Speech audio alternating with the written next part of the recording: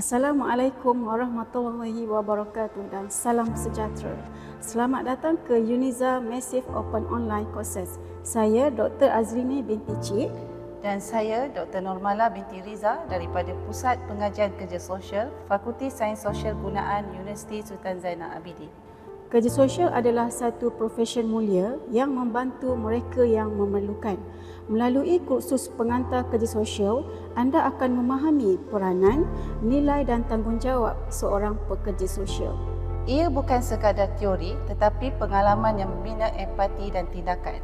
Sertailah perjalanan ini kerana pengantar kerja sosial adalah langkah pertama anda ke arah perubahan. Melalui kursus ini, terdapat 10 topik yang akan dibincangkan. Topik dalam subjek ini adalah yang pertama, pengenalan kerja sosial.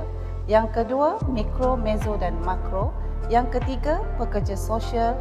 Yang keempat, nilai dan etika dalam kerja sosial. Yang kelima, kemahiran pekerja sosial.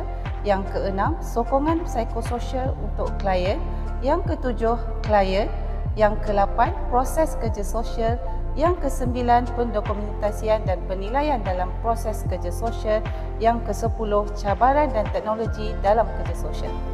Secara ringkas, objektif kursus ini adalah untuk meningkatkan pemahaman pelajar tentang hubungan antara ilmu, proses kerja sosial, klien dan profesion sebagai pekerja sosial. Membolehkan pelajar menganalisis situasi klien berdasarkan peranan pekerja sosial di peringkat mikro, mezo dan makro. Menggalakkan pelajar mencadangkan kaedah intervensi melalui sokongan penjagaan atau pemulihan yang sesuai dengan isu yang dihadapi oleh klien.